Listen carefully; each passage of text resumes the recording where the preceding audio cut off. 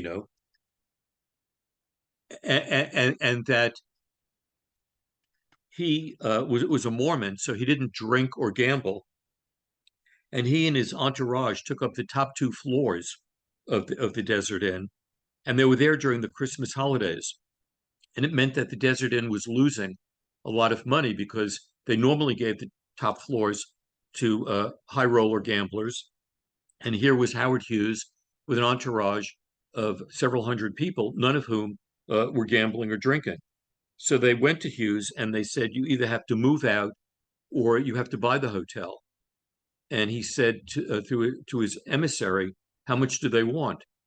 And they got back to his emissary with a figure that was 4 times greater than the value of the hotel. And Hughes agreed to pay it. So they sold Howard Hughes the Desert Inn Hotel. And I found that story fascinating. Now, for 30 years, I had my own marketing and PR business. And one of my clients was a trucking company in Chicago. And when I was in Chicago, I would often have lunch with the owner of the trucking company. He belonged to a private club in downtown Chicago, and he invited me there for lunch. And I went to meet him, and he was sitting at the bar with another man. And I went over to him, and he introduced me to this man. He said, Jeff, this is Tony. Tony, this is Jeff. And he said, Jeff, why don't you go into the dining room, tell the maitre d' you're with me, and I'll be in and join you in a few minutes. So he came in and joined me, and I asked him who that was. And he said, that's a man named Tony Accardo. And Tony Accardo was head of what's known as the Outfit in Chicago, which was the organized crime group that was started by Al Capone in the 1920s. And it turned out that Tony Accardo had gotten his start with Al Capone. At that point, he was a man known as Joe Batters because he used to collect money owed to Al Capone by beating people up with a bat. And it turned out that Tony Accardo and the outfit owned 4 casinos in Las Vegas, the biggest of which was the Stardust. So it was those uh, 3 encounters which inspired my interest in writing this book. And then I began doing research and interviewing people.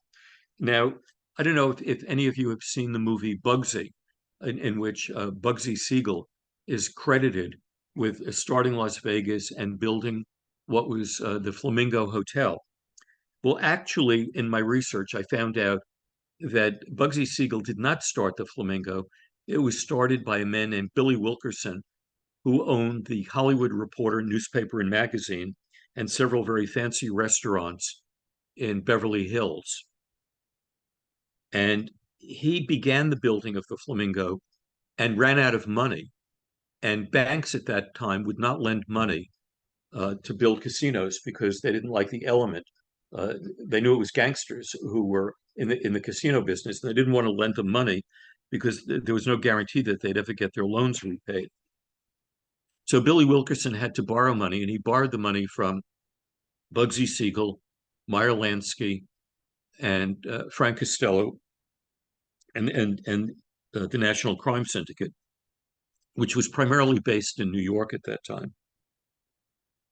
Well, Bugsy Siegel became so interested in the Flamingo and so fascinated about owning a gambling casino that he eventually forced Billy Wilkerson to sell him his shares. And initially, Billy Wilkerson wouldn't sell it to him. And Bugsy Siegel said to him, if you don't sell it to me, I'm going to have you killed. So Wilkerson sold his shares in the Flamingo to Bugsy Siegel.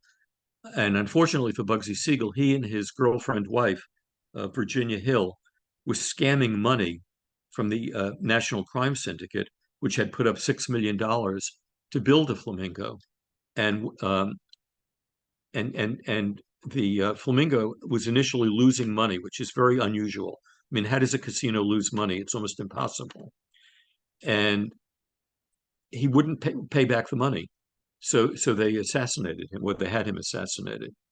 And Virginia Hill fled to Europe, and Meyer Lansky went to see her there and told her that if she didn't pay back the money that she had skimmed from the flamingo that she too would be killed. So she paid back the money as well. Now, one of the most fascinating men that I discovered in my research was probably one of the most powerful gangsters in the country, and certainly in Nevada, but generally unknown by the general public. His name was Mo Dalitz, and he came originally from Cleveland. And his family was in the laundry business in Cleveland, and he became friends with Jimmy Hoffa. When a union wanted to organize his family's laundry business, he went to Jimmy Hoffa, and Jimmy Hoffa made sure that no union would organize his family's laundry business. And during Prohibition, Mo Dalitz controlled all the liquor that was coming into Cleveland and Detroit over the Canadian border. He was partners with three other Jewish gangsters, Morris Kleinman, the man that I met at La Costa, a man named Tucker, and a man named Louis Rothkopf. They formed this Cleveland syndicate, which controlled all the liquor that came through the Midwest during Prohibition. Now, after Prohibition ended, these four men, led by Mo Dalitz, opened gambling casinos in Kentucky and Indiana. And when World War II broke out, Mo Dalitz volunteered, enlisted, went into the army. And because of his experience in the laundry business, they put him in charge of making sure that all the laundry was done for all the servicemen sent overseas. And he was so good at it that they promoted him from being a private to being a lieutenant. And they offered him a career, a lifetime career in the army, but he didn't want that. It was too constraining for him. He was too much of an entrepreneur. This is not something he was interested in. And he decided that because Nevada had made gambling legal in 1931, that he would open a gambling casino there, and it would be a fabulous casino. And he borrowed the money that he needed for that from Jimmy Hoffa's Teamster Central States Pension Fund. And he went on to have interests in 10 other casinos in Las Vegas. He was a man who was never arrested for a crime and became extremely influential and powerful. He controlled the senators from Nevada. He was invited to the presidential inaugurations of Richard Nixon and Ronald Reagan and others. And eventually, he and his partners sold their interest in casinos, and he turned into a major builder in Las Vegas. He built hospitals, he built schools, he built churches, he built synagogues, and he became known as Mr. Las Vegas, and the biggest philanthropist to medical charities in the state of Nevada. And by the time he died, there were a number of institutions that were named after him. It was an extraordinary life that this man, who started out as a bootlegger and then became a gambler, became the most respected citizen in the state of Nevada. I also have a chapter in my book about Howard Hughes, who was probably one of the most eccentric billionaires that's ever lived in the United States. He arrived in Nevada in a germ-sealed railroad car and was taken by ambulance to the Desert Inn and installed in the penthouse there. And he lived in that penthouse for 2 years. While he was there, he tried to buy up almost all the casinos in Las Vegas. I think he bought up a total of 12 casinos. And he was so almost cavalier about the way he spent his money that one night he was looking at a sign out of his bedroom window for the Silver Slipper Hotel and Casino, and he didn't like the blinking sign of the Silver Slipper. And he went to them, or he had his emissary go to them and ask them to take down the sign, and they refused to. So he said, "The hell with it, I'll buy it." And he bought the Silver Slipper, and that became another one of his casinos. Now he also had a very strange diet, and most of which consisted of ice cream. And there was one particular flavor of ice cream. I think it was a Ben and Jerry's ice cream that he loved. And he loved it so much that he had tons and tons of it shipped to him at the Desert Inn. But after he sold his own interests in it, the Desert Inn was still stuck with 10 tons of Ben and Jerry's ice cream.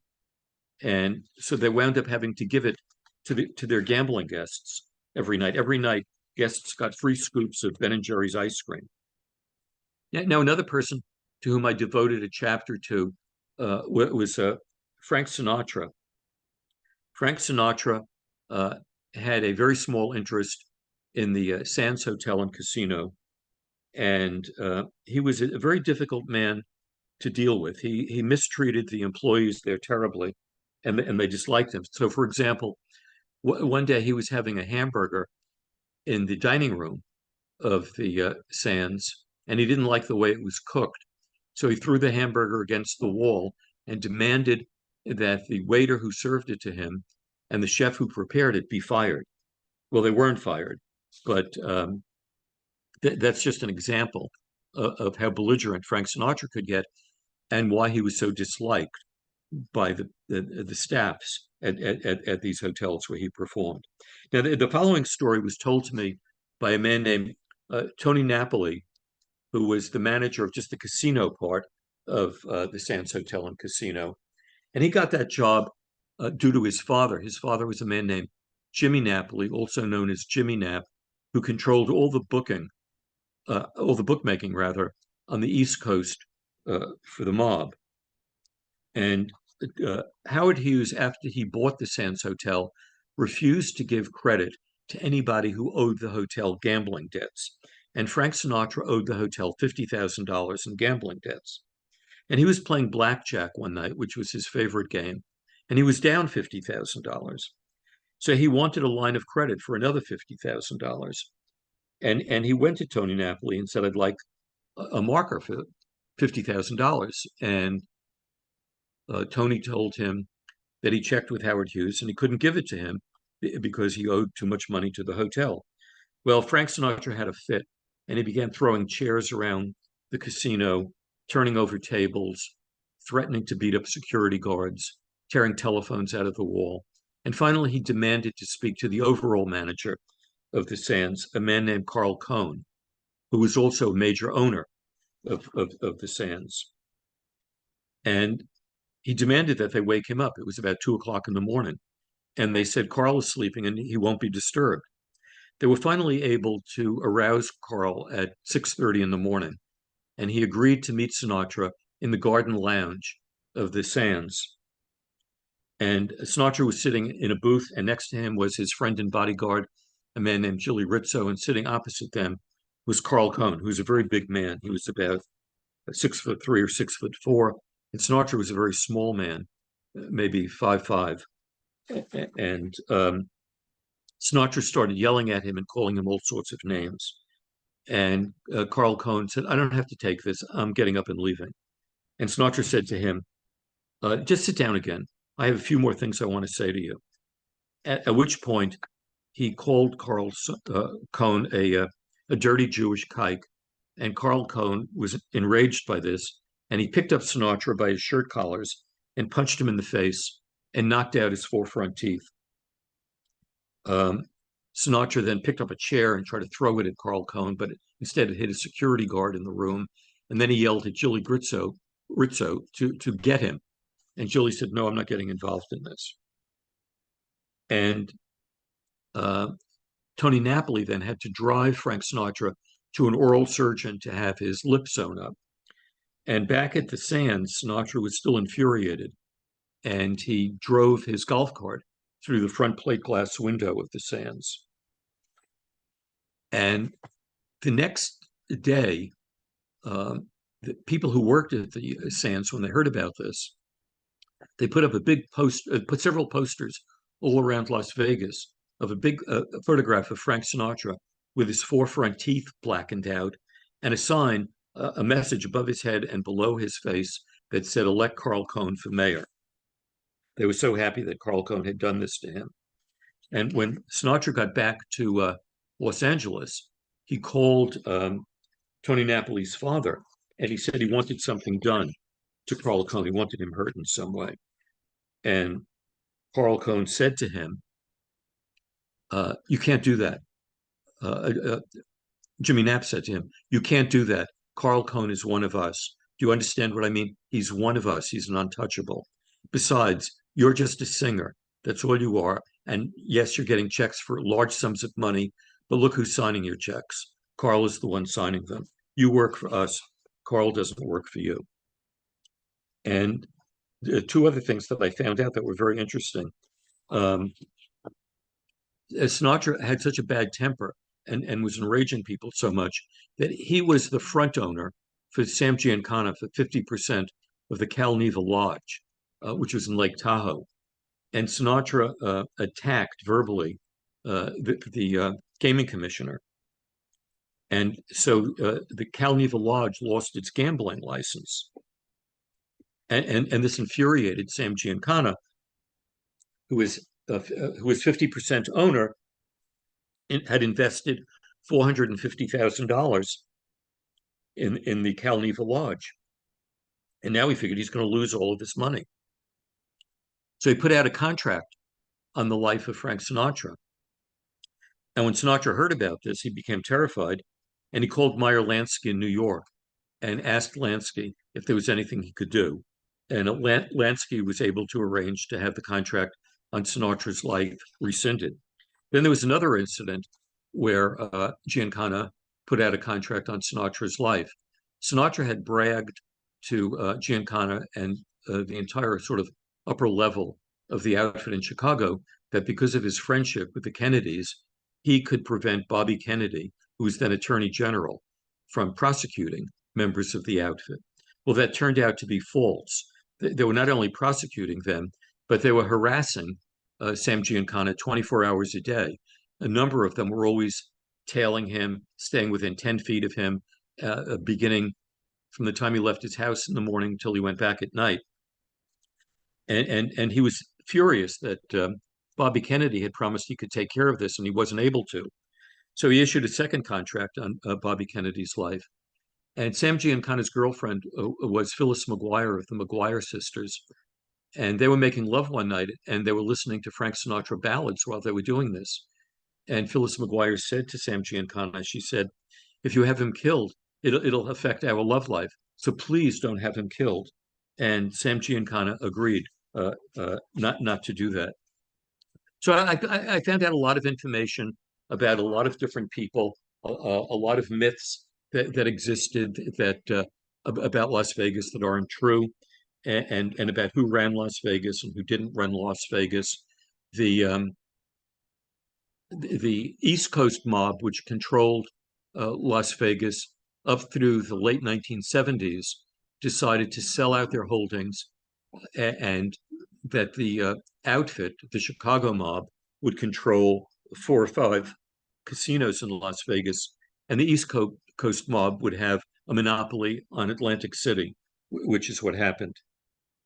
And it wasn't until the FBI wiretapped the casinos, especially the Stardust, the Fremont, and the Hacienda, that were controlled by the Chicago outfit, that they got information about skimming, about sending millions and millions of dollars every week to the mob in Chicago. And this resulted in trials of not only the mob bosses from the outfit, but also from mob subsidiary outfits in Milwaukee, Kansas City, Cleveland, and Detroit. And all of those mob bosses went to prison for a very long time. They were infuriated about this. And if you ever saw the movie Casino, you would see that these men were so angry about it that they had Tony Spilatro, who was known as Tony the Ant Spilatro, who was really a hitman, for bringing this about, because he was such a brazen thief and got so much negative publicity for himself and the mob in Chicago that they felt that this is what brought the heat down on them. And so they got rid of him, and they got rid of him in a very vicious way. They beat him to death. and then buried him while he was still alive in a cornfield in Indiana. And I also in that movie, which never came out in that movie, what was that the man that the mob had sent to Las Vegas, a man named Lefty Rosenthal, who was considered the best handicapper, sportsbook handicapper in the United States, according to Sports Illustrated magazine, uh, that they tried to kill him by putting a bomb in his car. And this didn't come out in the movie, but in reality, the reason that they wanted to kill Lefty Rosenthal is because he was an FBI informant. And what's interesting in my research about the mob is that just about every uh, capo and boss and underboss and consigliere in the mob is a mob informant with the FBI or the Justice Department. And the reason is that they're protecting themselves. Um, and they're smart guys, and they feel that if they lose on one end, they'll win on the other. But why lose and not have anything to fall back on? So anyway, that's pretty much the story of my book. It ends with Las Vegas becoming a corporate town controlled by people like Steve Wynn and Sheldon Adelson and others, and they've turned it into a kind of Disneyland for adults. It's very, very different than the way it was when the mob operated there. And many of the old timers who were there when the mob operated preferred it that way. Everyone knew your name. Mo Dalitz's daughter, Susan Dalitz, told me that it was the safest place to grow up in. You never worried about getting mugged or hurt in any way. The mob made sure that there was absolutely no crime in the city. Now there's a lot of crime in the city, and the mob is pretty much gone. They do, however, control a number of ancillary businesses that are connected to the casinos, but that's about their only involvement at this point. Anyway, if you have questions about my book or about Las Vegas and the mob, I would be very happy to answer those questions. The library can either unmute you and you can ask the questions, or you can put it in the chat box and ask the questions, whatever you prefer. But I'd love to hear from you. Hello? I don't think you're unmuted. I think you're all muted. Can they be unmuted? Everyone is unmuted. Oh, okay. Everyone is muted. Sorry. Do you want them unmuted? Yes. Got it.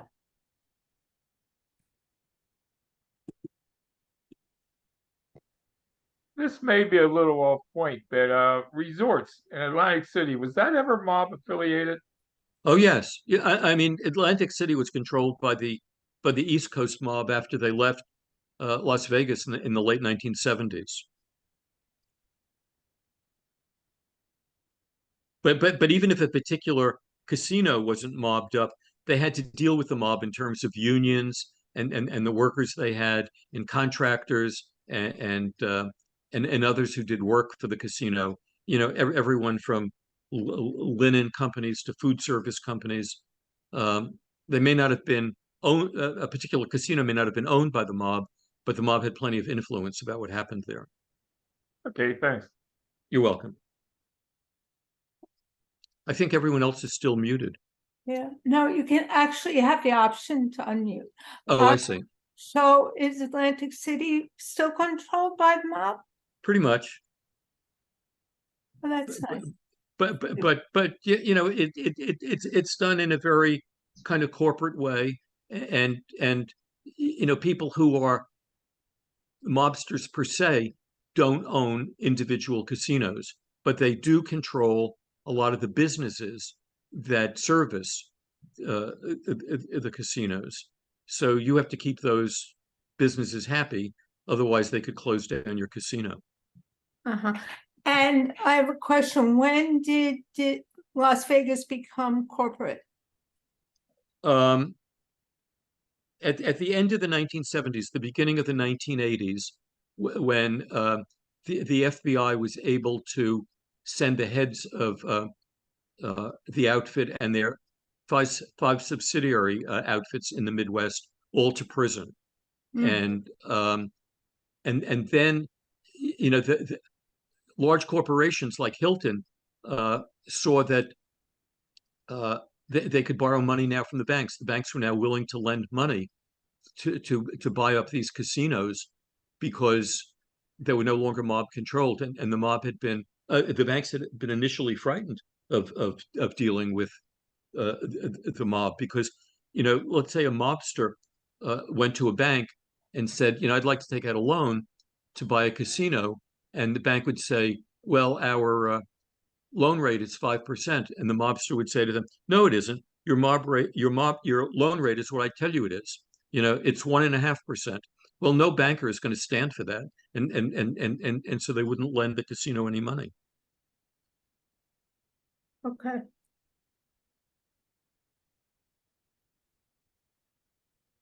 Is there someone in the chat room? I'm sorry. Yeah, what was the role of Lucky Luciano, if any, in Las Vegas? He wasn't directly involved in Las Vegas. After Meyer Lansky arranged for Thomas Dewey to give him a pardon from prison after World War II for Luciano's cooperation, Luciano he was deported and lived in Italy, though he and Meyer Lansky remained partners for the rest of Luciano's life. So Luciano had investments in Las Vegas, but he never went to Las Vegas. And in fact, Meyer Lansky never went to Las Vegas. He used to send his brother Jake Lansky there to do business for him. It's very, very strange because Meyer Lansky took care of the distribution. Yeah, you see, all the mob families and in the National Crime Syndicate, which is different than the mafia, all the members of the National Crime Syndicate had points in about 15 or 16 different casinos.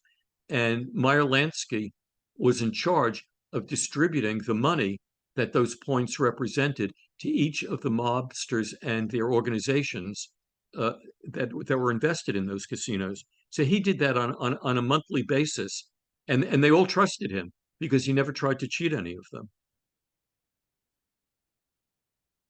And Lucky Luciano, when he was in Italy, by the way, he became a major exporter of heroin to the United States. Well, I'll tell you, it's been 20 years since I've been to Las Vegas, but we went there with my entire extended family. We spent $20 gambling because it was so much fun. Remember? So, well, I'm obviously, I don't like gambling. Well, yeah, two things.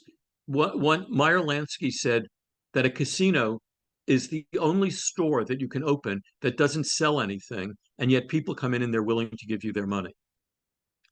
And the second thing is that because they could make so much money from gambling, that they charged very small amounts, to eat in the hotel, and they charged very small amounts for a hotel room because they knew you would lose so much in gambling in the casino that it didn't make any difference to them.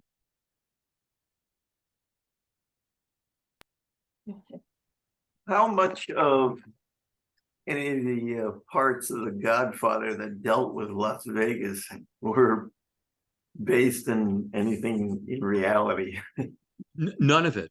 I interviewed a retired old mobster who's no longer alive, and I asked him what he thought about The Godfather.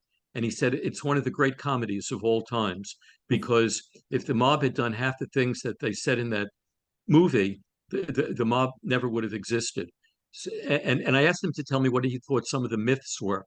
He said, first of all, the mob, well, that was about the mafia, not just the mob. And he said the mafia never would have killed a cop the way they did. He said, secondly, all the mafia families were invested in the importation and distribution of drugs, and the Godfather pretended that never happened. In addition to which, he said that when they all claimed that they wanted the political influence that the Godfather had, he said every mobster had political influence. All you had to do, was contribute thousands of dollars to a candidate's political campaign, and you had influence. It didn't reside in one person, like they made it seem in the movie. Also in the movie, They never showed you how they made their money. I mean, it was really a family drama. Years ago, I interviewed Mario Puzo, and I asked him in one sentence, how would you describe The Godfather? And he said, it's a fairy tale for adults. And I thought that was a very good explanation. Yeah, thank you. You're welcome.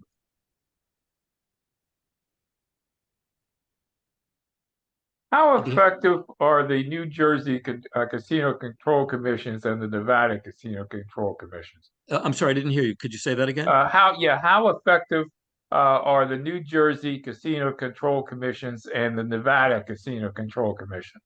Well, they're both effective to the extent that they keep out owners and managers of the casinos who have records as criminals, felonious convictions. But they can't keep out businesses that do business with the casino. So, let's say I have a food service business, and I supply all the liquor to the casinos. My liquor distribution company may have secret owners who are members of organized crime, but the gaming commission is not going to know about that. And so it's a good way for the mob to operate.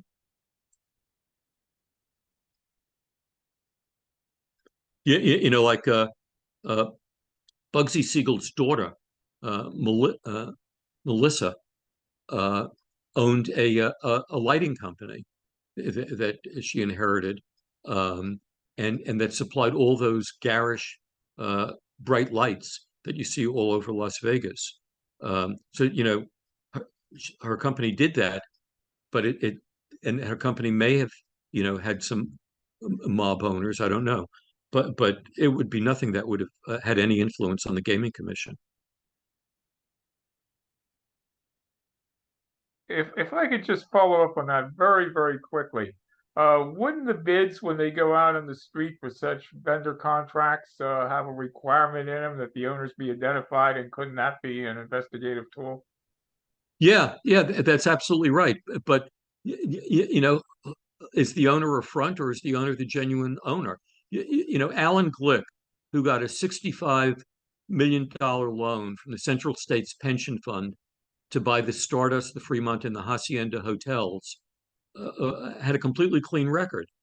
But the men who arranged for him to get that loan were all criminals, and their names never appeared on any of the ownership documents for those hotels. It was only uncovered when the Justice Department uncovered the skimming that was going on through wiretaps, that they found out where the money was going, and that investigation led them deeper and deeper into who was really controlling this. And these people foolishly on wiretaps admitted that they were the ones controlling it, and that Alan Glick was just a front man for them. And initially, Alan Glick didn't even know he was fronting for them. He thought he was legitimately getting the money to buy these casinos, and that he would be able to operate them as he wanted to. And when that happened, he was told he couldn't. And there was a gangster in Kansas City named Nick Sevilla, who was a very smart man who controlled organized crime in Kansas City. And he brought Alan Glick to his home one night, and he said, "You owe me $2 million. And Glick said, "For what?" He said, "For my finder's fee for getting you the $65 million. And Alan Glick said, "Well, I don't think I owe you anything." And he said, "Let me tell you something, Alan." He said, "You have two choices. You can leave here alive, or you can leave here dead. If you want to leave here alive, you'll give me the $2 million. Otherwise, you'll leave here dead." And Alan Glick, reported this eventually to the Justice Department when he was forced to testify at trial against these people. So essentially, he was saying, "I'll make you an offer you can't refuse." Exactly. Right. I mean, the way that these people ultimately get what they want is because they have, behind all of their gestures, the ultimate gesture is I'll kill you if you don't do what I tell you. And that's how they get people to bend and give them what they want.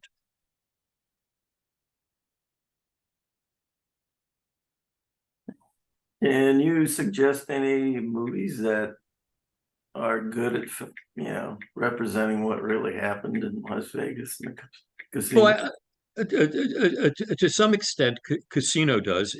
The only problems with the Casino is it doesn't mention that Lefty Rosenthal and his wife Jerry were FBI informants, and that's why there was an attempt to murder him, and why she may have been murdered. They don't know if she died of an overdose of drugs or she was murdered.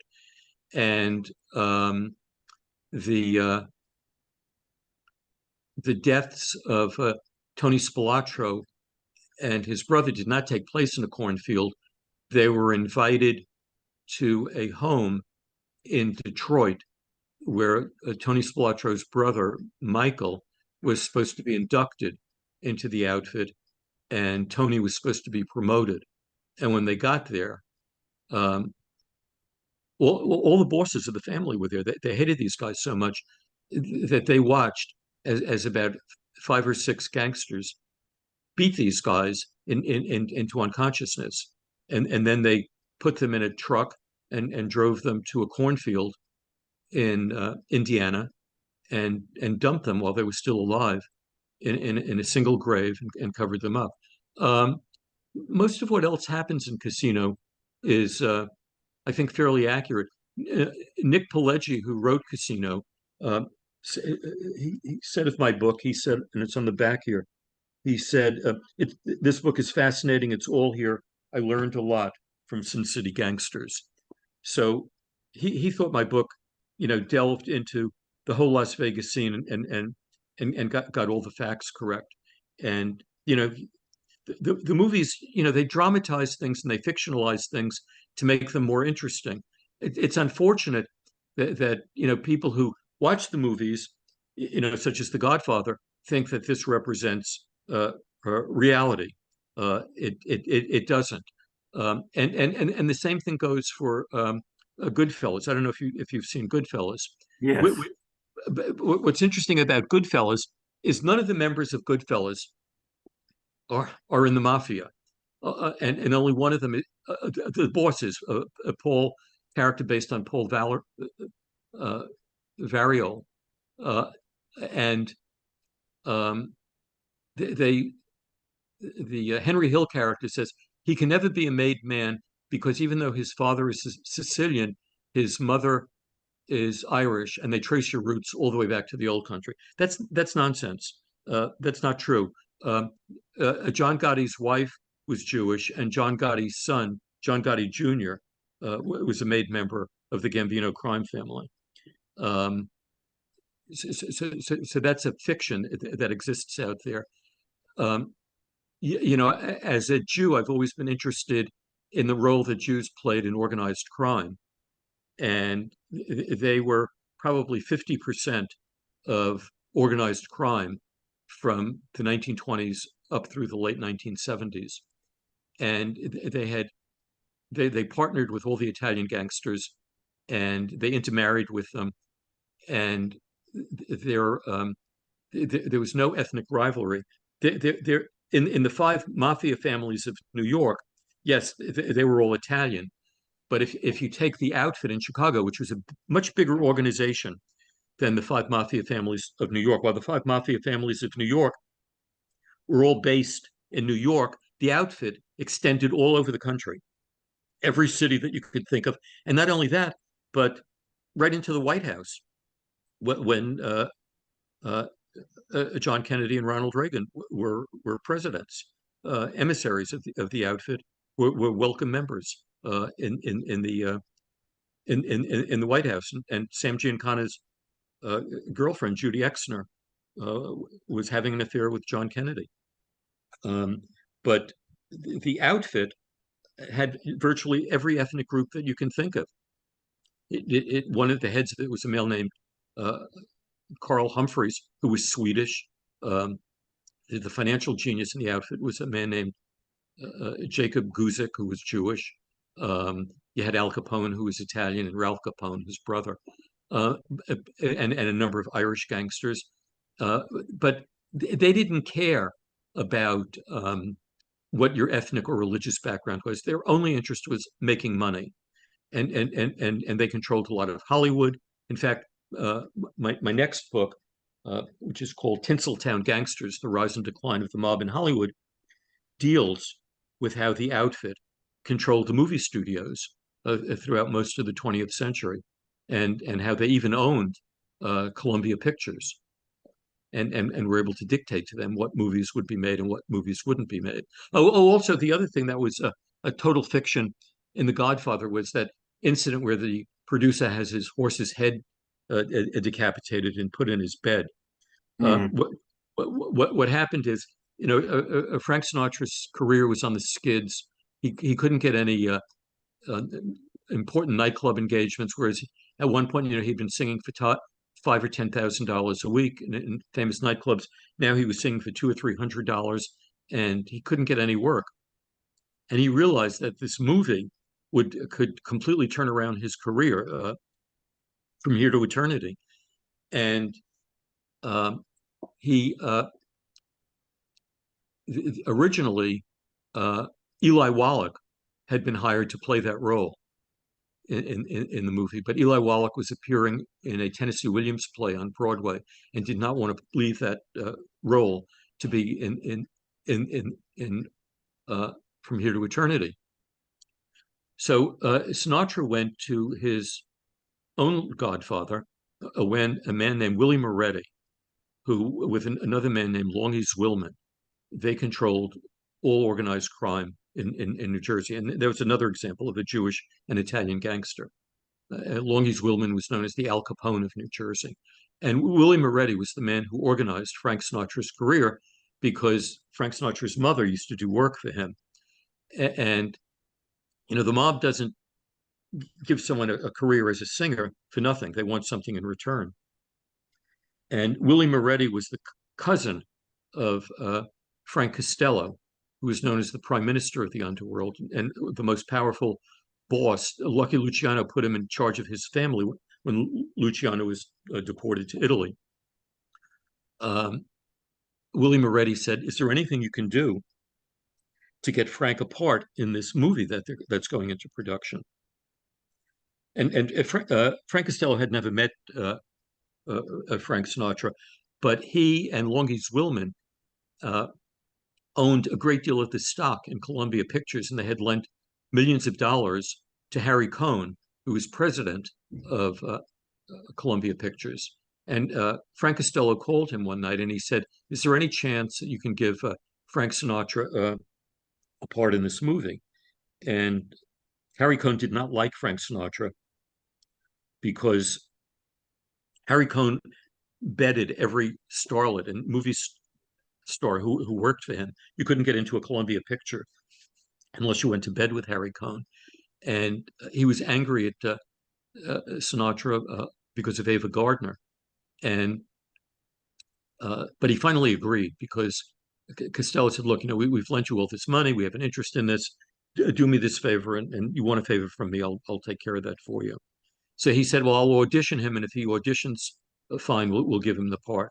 And he auditioned fine. He'd been practicing the part for months, and he auditioned perfectly, and they gave him the part. And that's how it happened. It had nothing to do with chopping off a horse's head and putting it in someone's bed. So does the mob have characteristic ways of murdering people? The outfit is one of the most vicious, was, I don't know if they still are, was one of the most vicious mobs in the country. And any possible way that you could think of killing people, they did it, whether it was torturing them, blowing them up with a bomb, slitting their throats. It didn't matter. The angrier they were at someone, the worse that person's death was. In New York, they tended to just shoot them twice in the back of the head,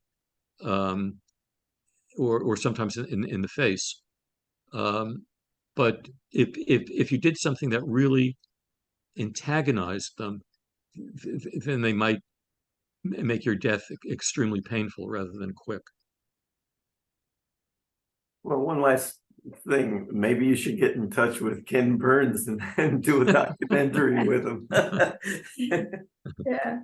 Well, I did a documentary that it's for a subscription service called Fox Nation, and they did a documentary called Skim City about how the mob controlled Las Vegas, and it was on, I guess, about 4 weeks ago. If you want to see it, you have to pay for it, though. I think it's only $6, and it's on a site called foxnation.com. And then I'm in another documentary that's being edited right now. It's about organized crime in boxing, and how they controlled boxing. And then I had written a book about 5 years ago called Max Spear and Barney Ross, Jewish Heroes of Boxing.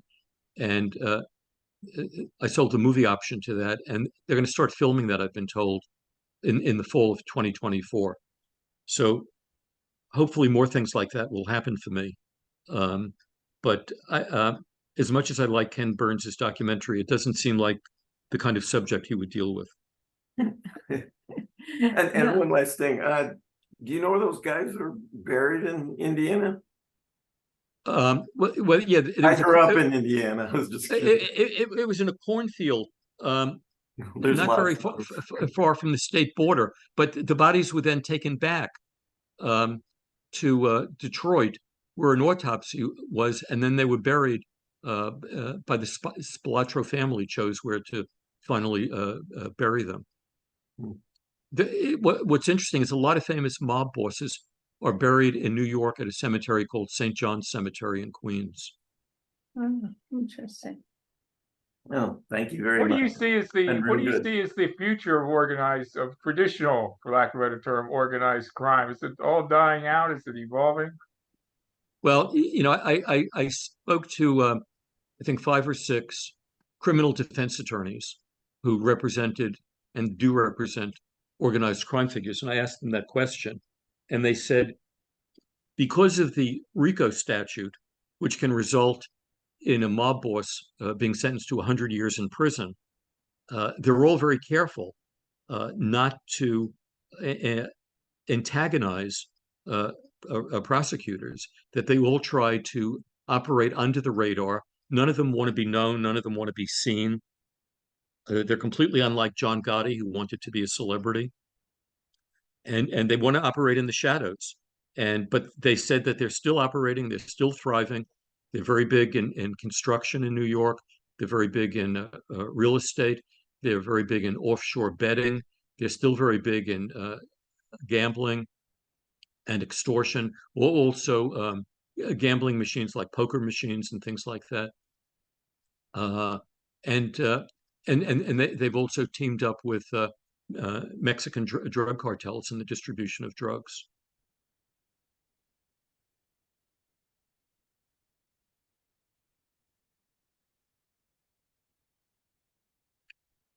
If you have any other questions, I'll be very happy to answer them.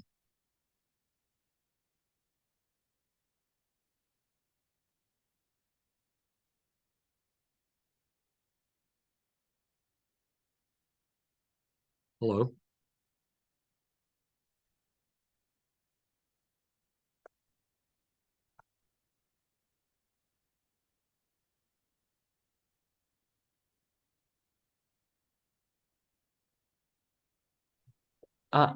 Hi. Hi. Sorry, I was with a patron. Anything you need from me now? I'll get that recording to you. Yeah, that's all I need, so I can send it to my editor. But Got it. thank you very much for hosting this. Thanks for coming. And thank you everyone for attending. Yeah, this was fascinating. Yeah, very Very good. good. I hope you'll all read my book. It's a wonderful, fascinating book, and it's very entertaining, and you'll learn a lot about a number of very interesting people. Mhm. Yeah. All right, thanks. Thanks. You're very welcome. Bye-bye, everyone. Goodbye. Thank you. You're welcome. Bye-bye. Bye.